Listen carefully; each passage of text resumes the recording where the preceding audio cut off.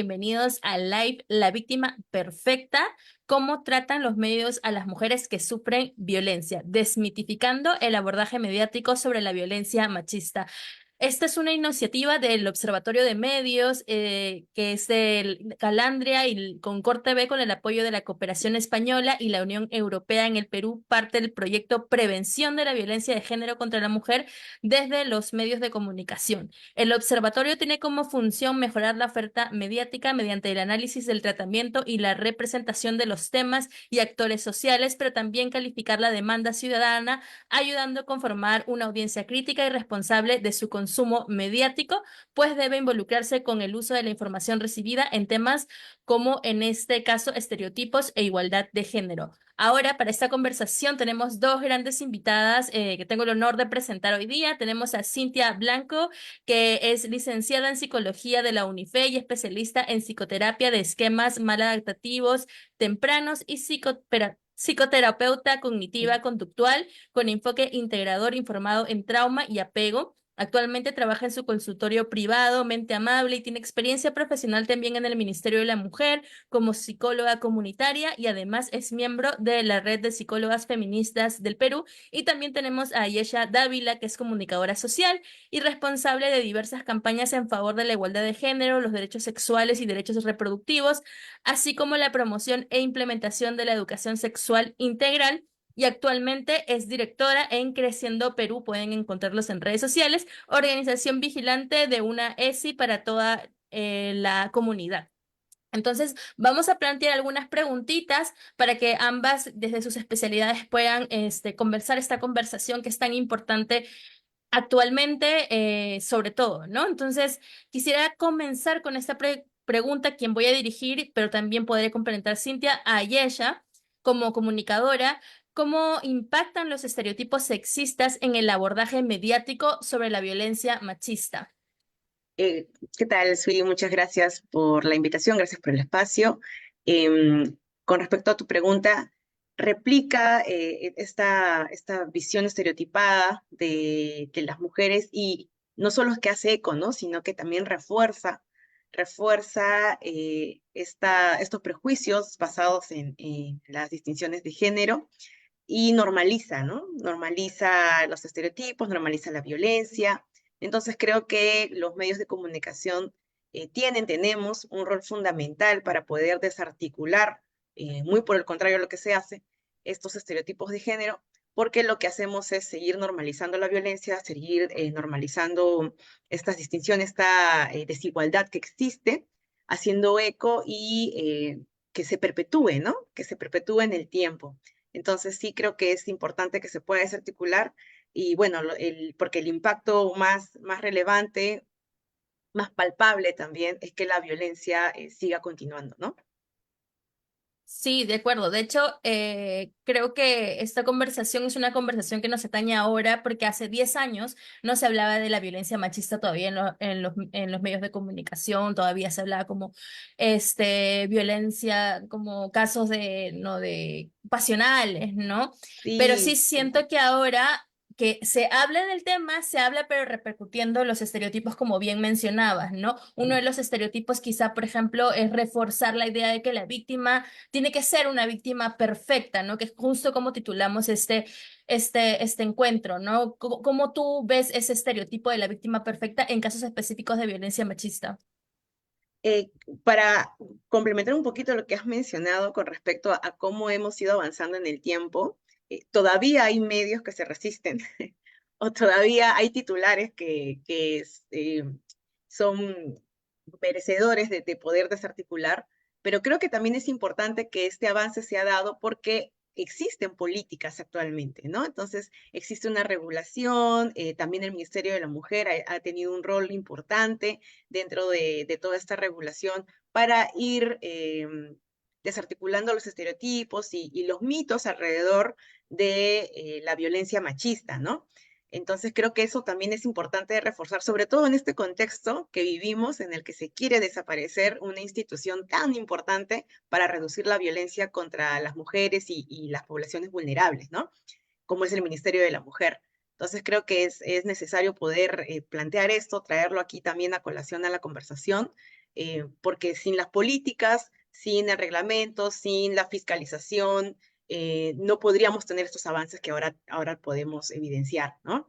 Ahora, con respecto a la construcción de la víctima perfecta, creo que es una representación de lo que en sociedad se espera, ¿no? Porque la misma sociedad también construye esta víctima, ¿no?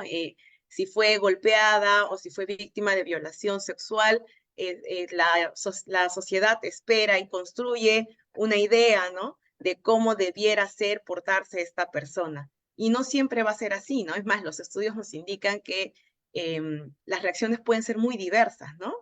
Y allí, por ejemplo, es importante también hacer un llamado de cómo se elaboran los protocolos de intervención, de acción dentro de las escuelas, por ejemplo. Cómo identificar a una estudiante o un estudiante que está siendo víctima de violencia, ¿no? ¿Cómo la identificas? ¿Cuáles serían los principales factores de riesgo de repente o los indicadores para que tú determines si esta persona está siendo abusada o está siendo víctima de bullying o cualquier otra situación de violencia, ¿no? Creo que también es importante poder revisar ello porque no todo se cumple. Lo que usualmente vemos en los documentos, en los protocolos de atención y de intervención, es que, por ejemplo, te dicen que una persona está siendo víctima de violencia sexual cuando, por ejemplo, tiene una conducta promiscua, cuando tiene una conducta o está muy callada, ¿no? O se aísla y no necesariamente es así, ¿no? Incluso lo vemos en situaciones de afectación a la salud mental, ¿no? También se construye, ¿no? Hay todo un constructo de cómo se ve una persona deprimida. No siempre está triste, ¿no? No siempre está llorando. Entonces, creo que es importante hacer esa revisión, también ir desarticulando estos constructos que se crean alrededor de las víctimas y alrededor también de quienes son de repente consultantes de salud mental, etcétera, ¿no? Creo que hay que hacer la revisión allí y también ir cambiando los protocolos de atención y de intervención, ¿no? Y que la sociedad en su conjunto, porque finalmente los medios solo son un eco o un reflejo de la sociedad, ¿no? Aunque también generan pauta de pensamiento y de opinión, es importante ahí desmitificar esto, ¿no? Esta construcción de una falsa víctima perfecta que no existe, ¿no? Y las reacciones pueden ser muy diversas. Gracias, Ayesha. Antes de pasar por Cintia, le quería comentar a quienes nos están escuchando que por favor compartan este live con el hashtag alerta mediática para poder expandir toda esta conversación que, como decía Ayesha, es tan necesaria.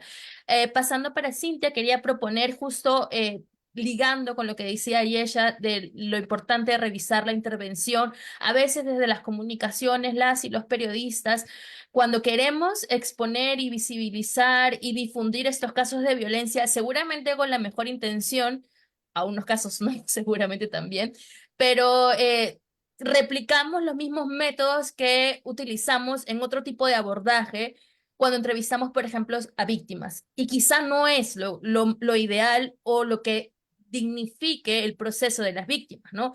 Podemos como ser incisivos, podemos incluso revictimizar, culpabilizar, juzgar. Entonces, ¿cuáles serían las pautas desde tu profesión, ¿no? Para que un comunicador, una comunicadora aborde estos temas, estos casos, pueda difundir estos casos sin revictimizar a las víctimas. Ok, Ujú. Hola, Seuri, y hola, Ayesha, gracias por la invitación. Bueno, creo que lo primero sería, ¿no? También, como tú decías, ¿cuál es la intención de entrevistar públicamente a una víctima?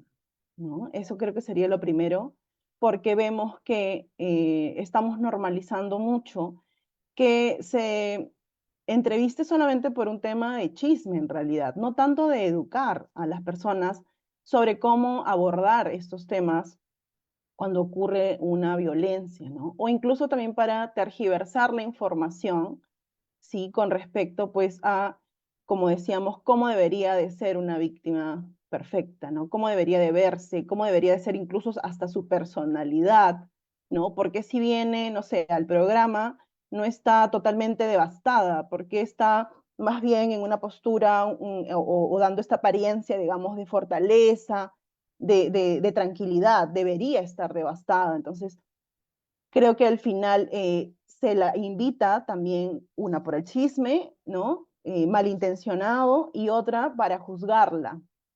para luego que de repente esta persona se retire de ese espacio, otros medios bombardeen con por qué no se vio así, no parece, al parecer está mintiendo, dijo esta palabra, ¿no? Siempre el tema de juzgar nuevamente a la víctima para no darle la credibilidad, ¿no? Esto famoso de, esto que también se justifica mucho de las denuncias falsas, lo cual sabemos que es un porcentaje súper bajísimo, ¿no?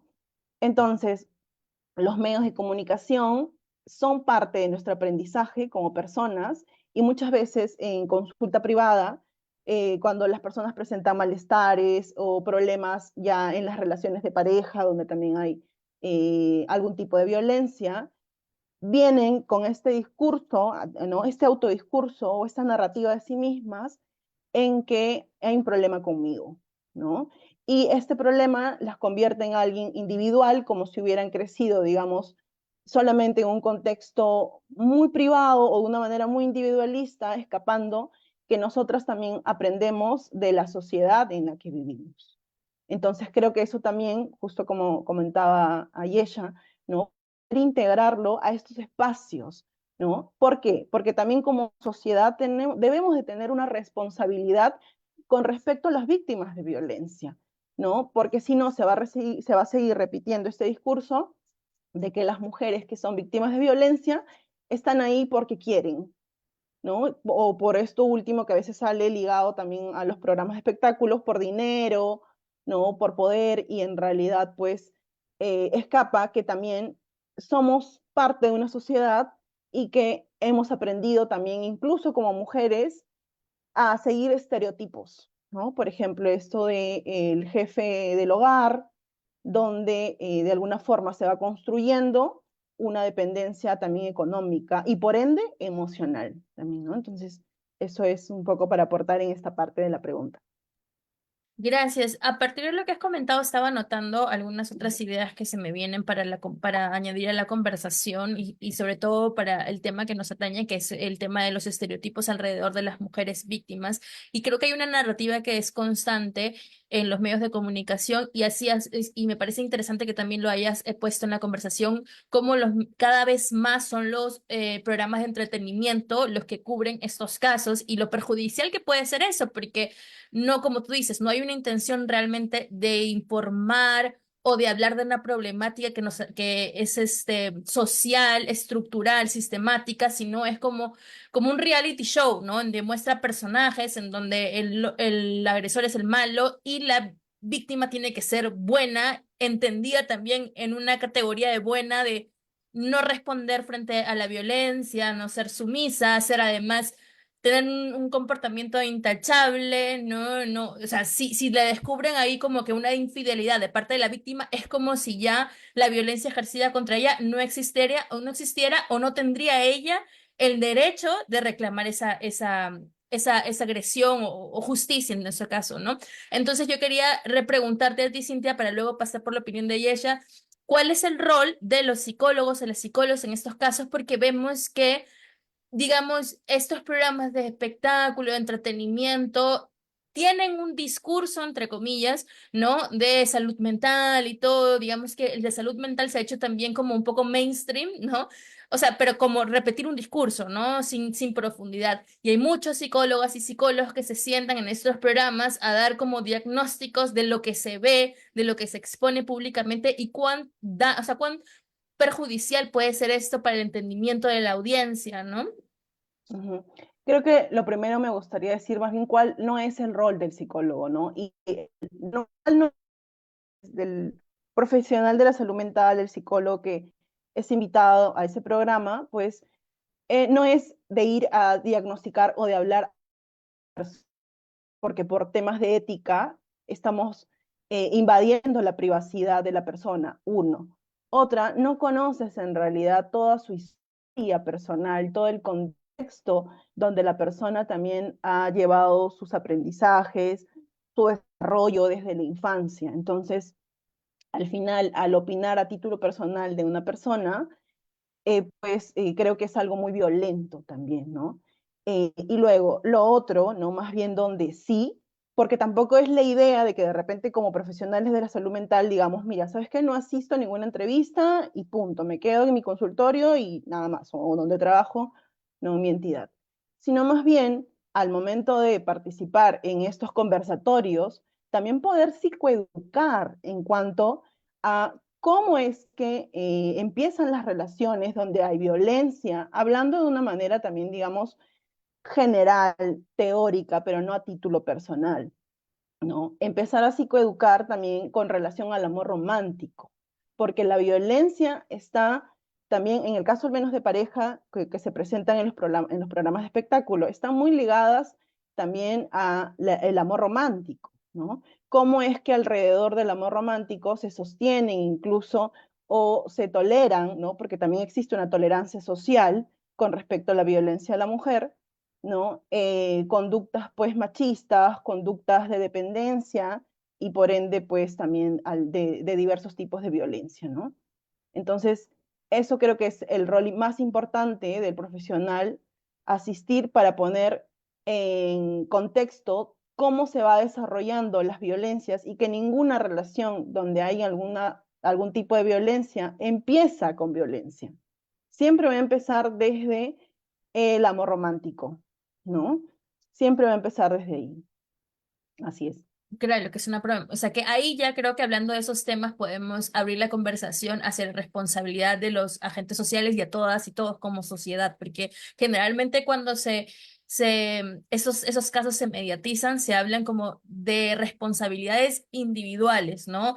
Y ahí quería como llevar la pregunta a Yesha, porque sí, como decía Cintia, ahora como que se habla y básicamente lo que siento es que la narrativa ahora hegemónica, imperante en los medios de comunicación, está dirigida hacia las mujeres en los que tú solamente puedes como, digamos, prevenir la violencia empoderándote con esta idea del empoderamiento que te venden los medios de comunicación o que es más como, digamos, se ha popularizado más en los medios de comunicación que es diferente, quizá, no quizá, es diferente a la idea de empoderamiento que compartes, que tú también vienes de los espacios activistas, ¿no? Y más bien este empoderamiento parece una carga más, ¿no? O para las mujeres que ya tenemos muchas cargas, ¿no? Y muchas expectativas sobre nosotras y sobre nuestros cuerpos, ahora el empoderamiento es otra, y hay esta narrativa de que si tú eres una mujer exitosa,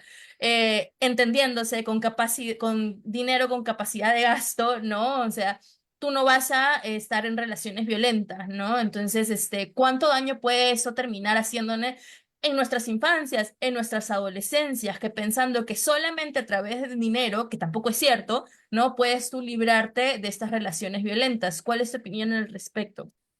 Has dicho varias cosas, Suiri, que me despiertan muchas alertas. Creo que esto de el falso empoderamiento femenino es básico de abordar. Lamentablemente, incluso desde muchas políticas también se aborda desde la mirada del amiga, date cuenta, ¿no? Y creo que hemos también un poco mal dirigido el tema de la prevención de la violencia y de todas sus manifestaciones solo enfocándonos en mujeres, ¿no? Cuando, claro, hay que darle las herramientas a las mujeres para que puedan, pues, alertar, identificar, denunciar, ¿no? Sin embargo, esto también es un problema de hombres, ¿no? Y también creo que es importante, y me gustaría que incluso plantear esto de, dejemos de hablar de mujeres víctimas y hombres victimarios, ¿no? Porque las relaciones de poder, las relaciones violentas, las relaciones tóxicas pueden venir de todas las personas, ¿no? Y se pueden replicar en todo tipo de relaciones amorosas.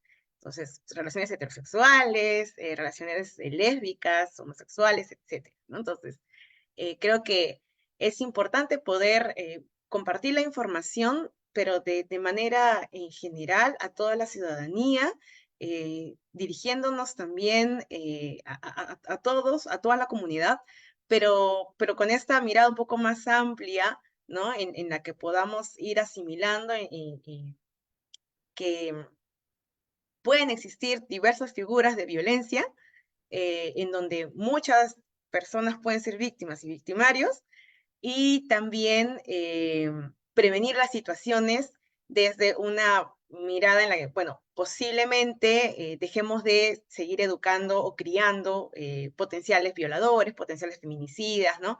Ya esto, claro, es importante el tema del enfoque de género ahí, porque a quienes más se les dice no parezcas niñita, o no te vistas como mujercita, o no actúes como mujercita, es a los hombres, ¿no? Entonces, claro, empezando por ahí, ¿no? Empezar de replicar, repetir esas frases tan nefastas que solo rechazan lo femenino y de alguna u otra forma afianzan esta construcción de un potencial violentador de mujeres, ¿no? Eso por un lado, ¿no? Menos amiga, date cuenta y más démonos cuenta todos de que la violencia machista existe, es real. Lo otro que mencionas esto sobre claro, la construcción de las víctimas perfectas va variando, y ya lo ha dicho Cintia, también lamentablemente es un abordaje nefasto que se le da desde las comunicaciones, y creo también mucho porque pues los medios replican mucho lo que hay en la sociedad, se reitera mucho esta figura en los más media también. eh, y bueno, lo importante aquí creo que es la capacitación, implementar también el enfoque de género, o sea, toda política que pueda ayudarnos a identificar qué cosas estamos cerrando, qué cosas estamos repitiendo, que son partícipes de la violencia o de ir continuando, perpetuando la violencia. Creo que también es necesario implementar herramientas y políticas también dentro de nuestra producción de noticias, ¿no? Es un poco difícil a veces desde los medios de comunicación no revictimizar o abordar de una manera más efectiva, más saludable para la víctima, más amable con la víctima, porque se está muy acostumbrado dentro de la prensa, de los medios de comunicación, a ser sensacionalistas, a generar la carnecita para la noticia, el morbo, ¿no? Porque por desgracia es lo que vende y a lo que la mayoría de personas les encanta, ¿no? Sienten ahí un placer culposo, ¿no? De poder ver, escuchar, pero creo que es necesario, ¿no? Y es un trabajo en comunidad, ¿no? Que debe ser transversal, no solo atraviesa los medios de comunicación, sino también a la población, de dejar de consumir ese tipo de noticias, ¿no? Creo que es una tarea compartida, es una responsabilidad compartida y bueno, esos serían como mis primeros comentarios al respecto. Sí, totalmente. Y agradezco que menciones también esto de que a veces también, como decía, puede haber muy buenas intenciones al cubrir violencia machista, pero a través de nuestras buenas intenciones reforzamos el imaginario de hombre como agresor y mujer como víctima, y tampoco es como esa representación pareciera que es como, no hay otra posibilidad para el hombre que ser victimario, ¿no? Entonces no le Exacto, damos tampoco espacio a las adolescencias, a los niños, ¿no? Incluso a los hombres adultos a renunciar a ese pacto patriarcal, o sea, no hay exactamente. muchos espacios, ¿no? Para hablar sobre eso, ¿no? Y también creo que estos espacios como el Observatorio de Medios, como la alerta mediática, nos hace bien como comunicadores y comunicadores, pero también, como decía Yesha, porque ya no, la comunicación no está solamente en los medios masivos, sino también te has trasladado a otros medios, a las plataformas virtuales, y lamentablemente estamos viendo cómo estas prácticas o estas estrategias, estas formas de comunicar se han trasladado a estos espacios virtuales que supuestamente tendrían que ser como de contranarrativas, pero ahora se está como reforzando, y lo hemos visto ahora con más claridad con casos como el de Cueva, ¿no? Y cómo este caso fue básicamente un reality show, ¿no? En donde casi que ni importaba el hecho de violencia, sino cuántas más amantes había, qué decían las amantes, qué destapen las amantes. Entonces, hay como una espectacularización de la violencia, y creo que eso también nos impacta a nosotros. Igual a todas las profesiones y los oficios, porque todas y todos comunicamos al fin y al cabo, ¿no? E incluso Cintia, que también tiene sus redes sociales, o también cumple un rol de comunicadora. Entonces es como una reflexión para todas y todos, ¿no? Entonces, sí, antes nos preocupaba el rating, y a través del rating, ¿cómo hacemos más rating? Mostrando más espectáculos. Y ahora, ¿qué nos motiva? Los likes, las vistas, los comentarios. Exacto. Entonces, sigue siendo esa una motivación para crear contenido y lo que nos lleva a la espectacularización. Por eso, como decía ella, es tan importante lo comunitario y que crear como medios de comunicación o espacios de información que no estén motivados por el like, ¿no? Pero son complicados porque requieren de autofinanciamiento y sostenibilidad, ¿no? Porque al final las marcas no apoyan esos espacios, ¿no? Claro, Entonces, es un poco todo. Entonces, cuando hablamos de comunicación, también es un poco hablar como, del sistema en sí, ¿no? exactamente. Sí, como que llevando esta conversación que había planteado Yesh acerca de los hombres, Cintia, me gustaría preguntarte también cómo, si hay como formas, no sé, como un poco transgresoras, o sea, para no seguir como las narrativas hegemónicas, de también hablar de los hombres sin reforzar este imaginario, porque pues habría que buscar un cambio y ese cambio pues impacta a todas. No, no podemos como solamente salir de la violencia solamente las mujeres, ¿no? O sea, que hay mucho más de eso. Entonces, tú como psicóloga, ¿cómo ves esto? Ujú. Bueno, en el caso pues de los hombres, hablar de las masculinidades, ¿no? Cómo ellos desde pequeños van tomando características y la van haciendo parte de su autoconcepto, ¿no? Y muchas de estas características también, como yo siempre a veces digo también en consultorio privado, es como que no vienen del aire. ¿De dónde aprendiste a que de repente expresar tus emociones, ser alguien vulnerable, ¿no? No es parte de ti como ser humano, ¿no? Donde aprendiste de repente que el no controlar o no ejercer conductas también de fuerza también te hacen, digamos así, menos hombre, ¿no? Este cuestionamiento que también puede venir a veces primero desde lo personal, a veces también, sí, es importante ver alrededor la historia, porque también se repiten los mensajes, ¿no? A través a veces de padre a hijo, madre a hijo, pero no solamente este niño se ha criado en las cuatro paredes de su hogar, también ha ido saliendo a la escuela, no sé, a los deportes, a otros círculos, y ahí se han ido reforzando también.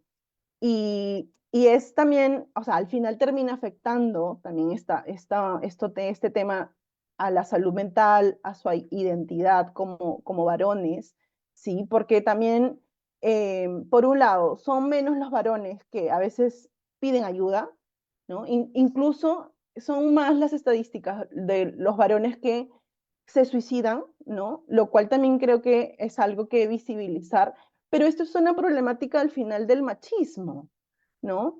Que vienen cargando no solamente desde la adultez, sino desde infancias, ¿no? Al no identificarse como ser humano, sino como hombres, primero, antes de identificarse como ser humanos. Entonces, al final eso termina afectando la salud mental, generando algunos tipos de repente incluso de enfermedades mentales o de trastornos. Lo otro, no piden ayuda, no son atendidos, no se muestran como vulnerables, ¿no? Y terminan en algunos casos, ¿no? Con estas también como explosiones de violencia, ¿no? Hablando, por ejemplo, del ciclo de la violencia, ¿no? Al intentar de repente una relación, al generar tensión, y luego en la otra etapa, pues, de la explosión de la violencia. Entonces, el machismo, los estereotipos, no solamente terminan afectando a la población de mujeres, sino también en temas de salud mental, sino también a los varones, pero creo que también es una tarea importante como colectivos de varones, ¿no? Poder hablar de cuánto a ellos también les viene afectando el machismo y que por ende también empiecen, como conversabas, ¿no? A ir rompiendo estos pactos patriarcales, porque al final va a ser a su propio beneficio también. Y van a poder establecer relaciones de calidad, de conexión, no solamente relaciones de poder. Sí, aprovechando que mencionas lo del ciclo de la violencia, me surgió otra pregunta para Yesha, porque sí que hemos visto ahora creo que sobre todo estos casos de violencia están siendo abordados por los medios de espectáculo. O si no son abordados por los medios de espectáculo, son abordados por lo policial desde un lado bastante sangriento, ¿no? Por el lado de espectáculo. Bueno, ambos como espectáculo, porque lo sangriento también termina siendo un espectáculo, ¿verdad? Y creo que igual a los comunicadores, les falta algún tipo de conocimiento porque se culpabiliza mucho cuando un caso se hace mediático y que mujeres recurren a la mediatización precisamente para ser escuchadas, y se las juzgas porque en algún momento regresan con su agresor, ¿no? Y hay como esta suerte de idea de parte de las comunicadoras, de los comunicadores, que es que una mujer que ha sido víctima tiene que agradecer a los medios de comunicación por exponer su caso, ¿no? Entonces, eso yo lo critico, ¿no? Porque el fin de los medios, de los comunicadores debería ser como el bien común, ¿no? Entonces nadie tendría que agradecerte por difundir una noticia de este caso, similar, ¿no?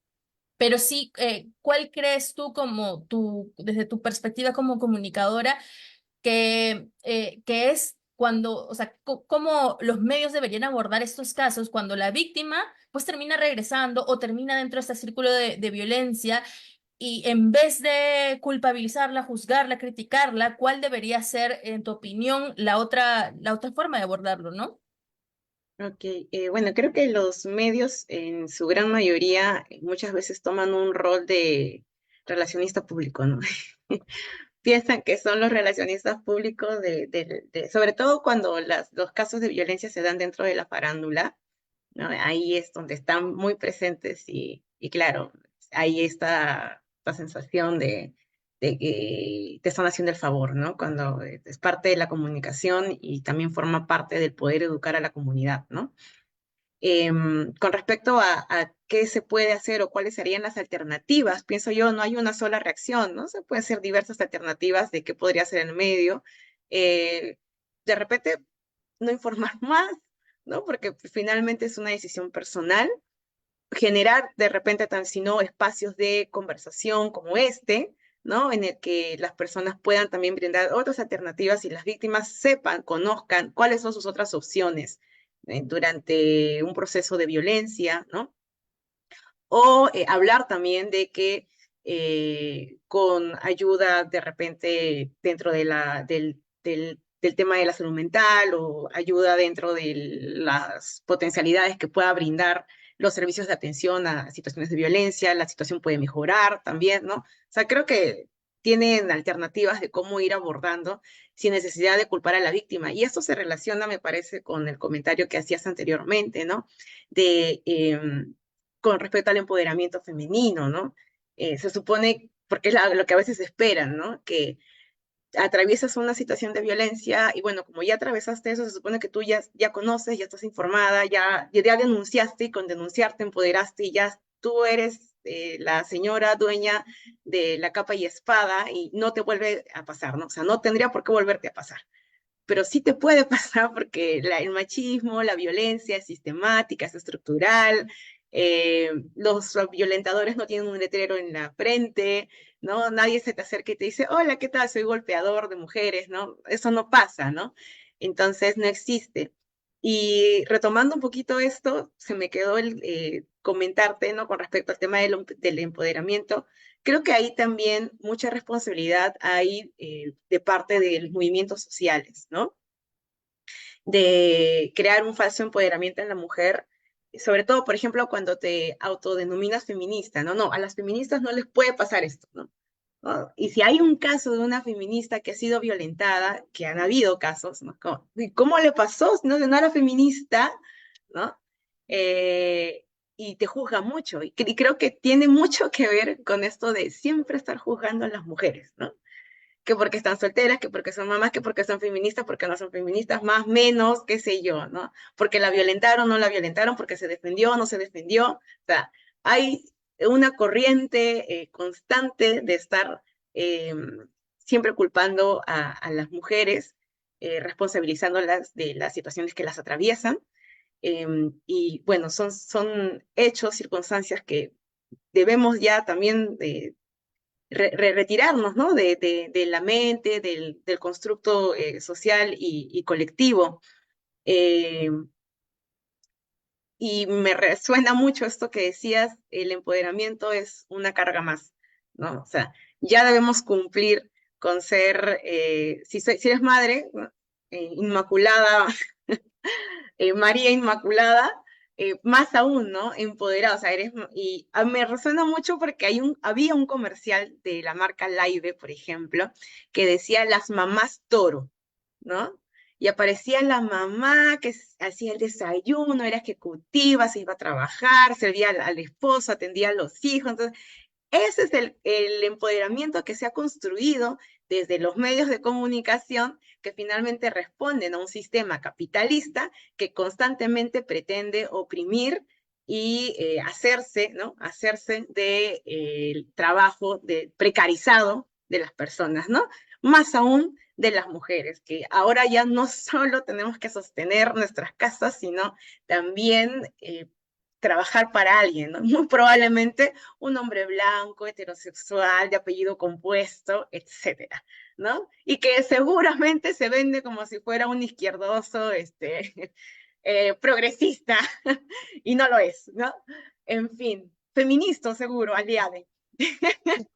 En fin, entonces, hay Bueno, mucho, ¿no? Hay mucho allí, creo que seguir sacando, conversando y viendo cómo es todo un aparato que está detrás, es todo este sistema que responde a intereses económicos que construyen falsos empoderamientos y que espera siempre estar juzgando a las mujeres, vamos a decirlo porque es real, y bueno, que espera pues también que si atraviesan violencias, denuncien de cierta forma y se porten de cierta otra, ¿no? Entonces, pero todo viene amarrado con este sistema machista, ¿no? Que se refleja en lo que muchas de nosotras vivimos y nos atraviesa incluso cotidianamente, ¿no? Sí, totalmente. Estaba apuntando las cosas que decía y sobre esa presión, o sea, ese juzgamiento constante a las mujeres, para mí es totalmente colonial, ¿no? Porque hemos aprendido de que somos nosotras las que tienen que llevar a sus hombres el honor familiar, ¿no? Entonces sí, es importante que en esos espacios cuestionar de dónde viene eso, porque también pensaba a raíz de lo que decías que ese empoderamiento no solamente es una nueva exigencia, ¿no? Que además que ser la mamá perfecta, verte regia, ser fit ahora, ¿no? Es ser empoderada, ¿no? Y cuánto esto también nos silencia más. ¿A qué me refiero? A que si yo veo que a las mujeres que denuncian y luego regresan con su agresor o no son víctimas perfectas, se las juzga así, yo sabiendo que mi vida no es perfecta, ¿cómo me voy a atrever a denunciar? O sea, yo sé que pues alguna vez también, no sé, pues, fui infiel o cometí ciertas cosas que soy consciente que no van a ser bien vistas, entonces me guardo, ¿no? Y me parece importante porque cuando vemos estos casos en los medios de comunicación, así sean las mujeres víctimas, siempre la mirada y la crítica se desarrolla y la conversación a través de ella, ¿no?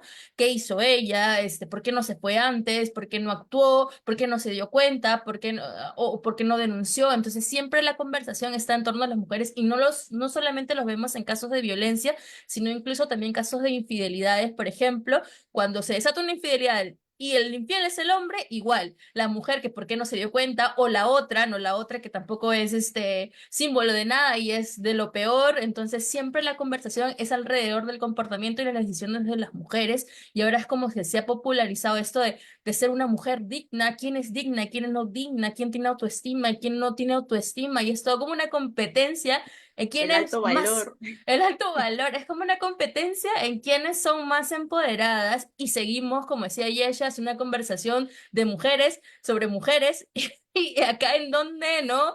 ¿En dónde está la otra parte? Entonces, ahí te quería preguntar a ti, Cintia, a través de estas narrativas y estos juzgamientos, lo que estamos haciendo también es un poco debilitar las redes de apoyo, ¿no? Porque una mujer no sale del círculo de la violencia solamente con dinero o con, o sea, hablando, no, o sea, necesita sí o sí una red de apoyo. Y si la mujer víctima o la víctima ve constantemente que sus acciones, sus decisiones están siendo juzgadas o van a ser juzgadas, pues no se va a sentir apoyada, ¿no? Entonces no va a haber, no va atreverse a denunciar.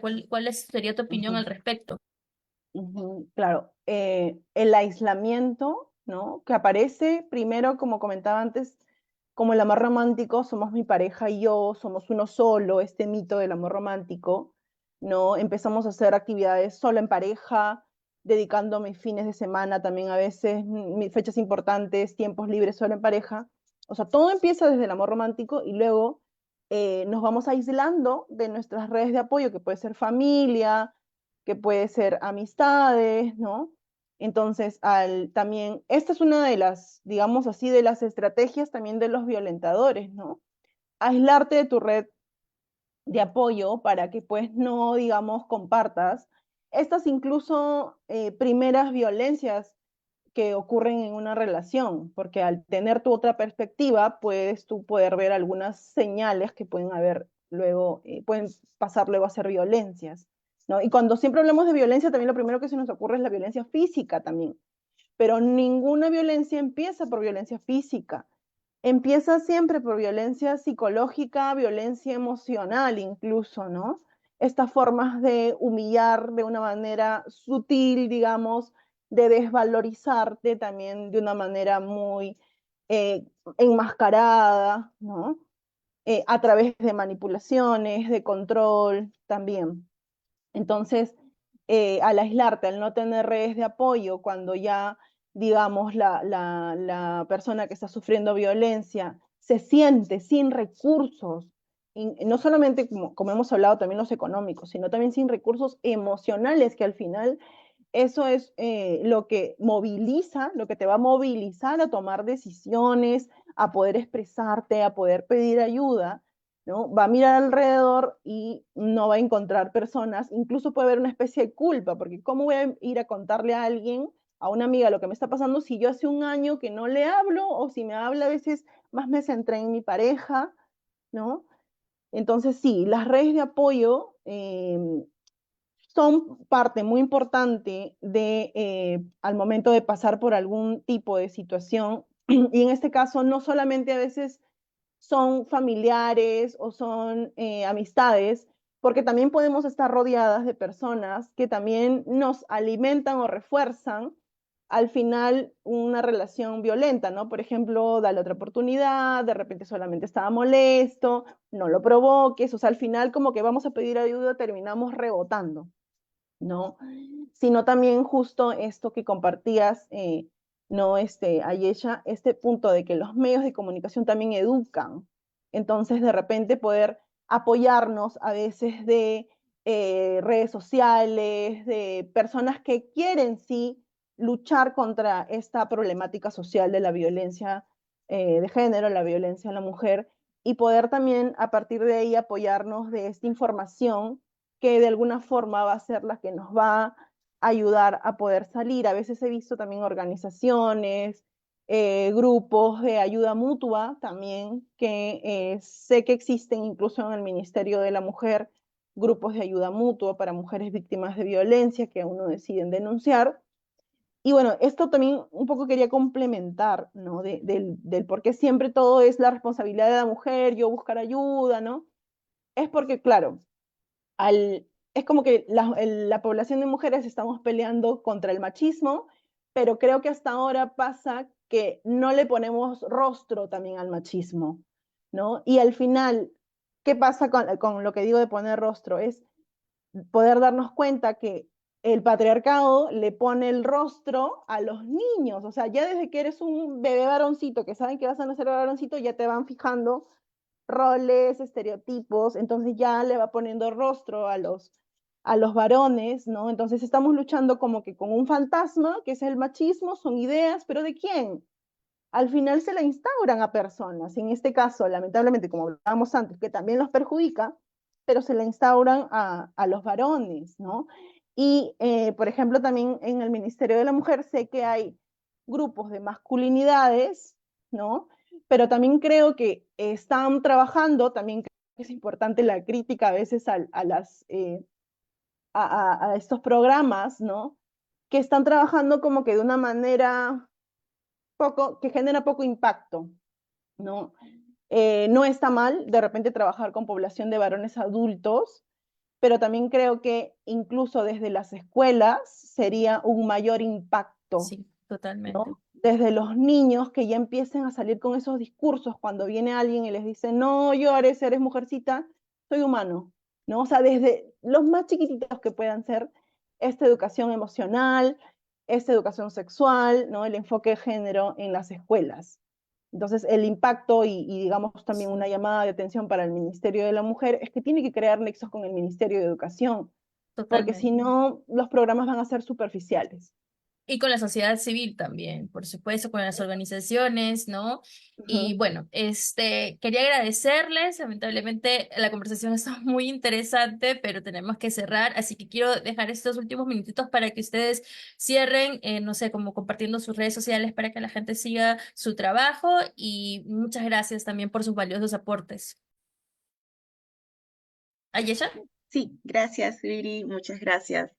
También a Calandria, al Observatorio de Medios, Alerta Mediática, y por este espacio, que sigan habiendo más, que siga llegando más gente también a seguir conversando, a seguir compartiendo sobre estos temas tan importantes que nos convocan a todas las personas.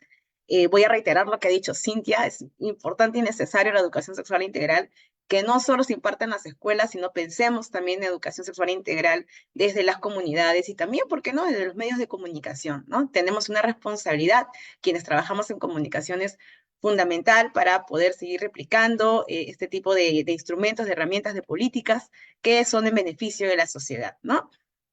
Bueno, yo soy Ayesha Dávila, pertenezco a la organización Creciendo Perú, precisamente trabajamos temas de ESI, así es que estamos como creciendo.p en todas nuestras redes sociales. Pueden por ahí también seguirnos y descargar material totalmente gratuito, como hablar de sexualidad en casa y también sobre cómo hablar de sexualidad en las aulas. Es importantísimo, la sexualidad nos acompaña durante toda la vida y también nos ayuda a poder identificar y prevenir situaciones de violencia como lo que hemos hablado ahora esta tarde, este mediodía, y también a dejar de construir falsas figuras de víctimas perfectas que no existen.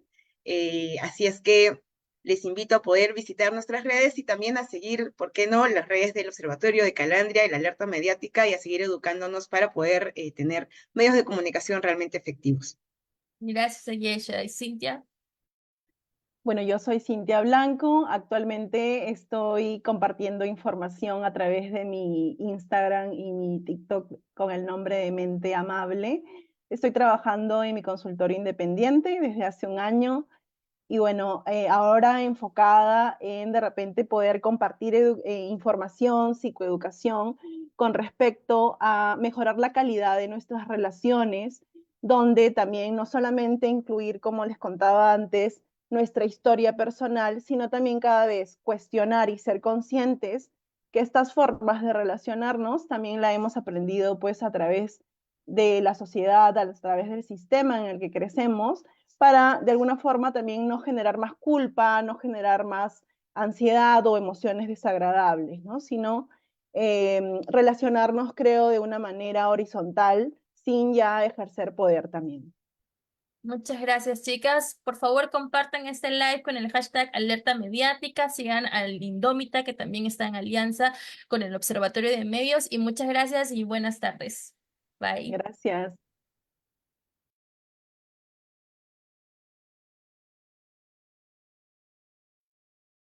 Ya está, ¿no? Bueno. Sí.